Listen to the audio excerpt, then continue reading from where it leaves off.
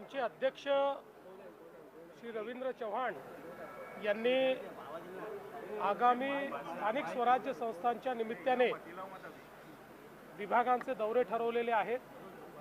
त्या अंतर्गत आज मराठवाडा विभागाचा आढावा घेण्याकरता आम्ही आलो आहोत। यापूर्वी नाशिक विभागाचा आढावा आम्ही घेतलाय। यामध्ये नगरपालिका, जिल्हा परिषद आणि महानगरपालिका अशा निवडणुकांच्या संदर्भात काय तयारी झाली आहे, पुढे संघटनात्मक रचना कशी करायची आहे, युतीच्या संदर्भातले विषय आहेत, अशा सगळ्या विषयामध्ये पक्षाला एक दिशा देण्याचा प्रयत्न या बैठकांच्या निमित्ताने आम्ही करतो आहोत।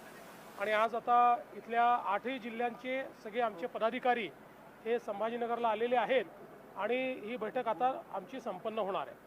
हर्षवर्धन सपकाळ यांनी आपल्यावरती टीका केली आणि असं म्हटलं आहे की नथुराम गोडसे यांनी शांत पद्धतीनं जसं गांधींची हत्या केली तसंच फडणवीस हे समाजामध्ये भांडणं लावतात।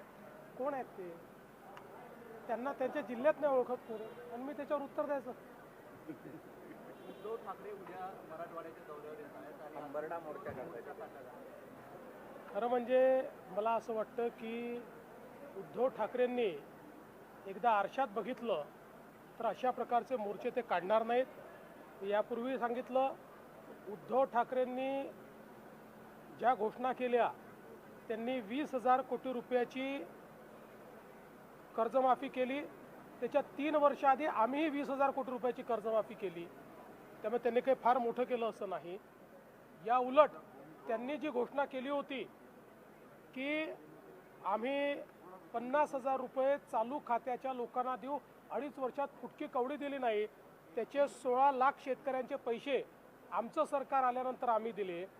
आणि आताही आम्ही 31,000 कोटी रुपयाचं पॅकेज दिलेलं आहे, ज्यातले 21,000 कोटी तर थेट शेतकऱ्यांच्या खात्यामध्ये जात आहेत। म्हणजे त्यांच्या कर्जमाफीच्या पैशांपेक्षा जास्त पैसे हे आम्ही थेट खात्यांमध्ये शेतकऱ्यांना देतो आहोत। याच्या व्यतिरिक्त 6,000 रुपये राज्याचे आणि 6,000 रुपये केंद्राचे, 12,000 रुपये वेगळे आम्ही शेतकऱ्यांना देतो आहोत। इन्शुरन्सचे पैसे आम्ही वेगळे शेतकऱ्यांना देतो आहोत।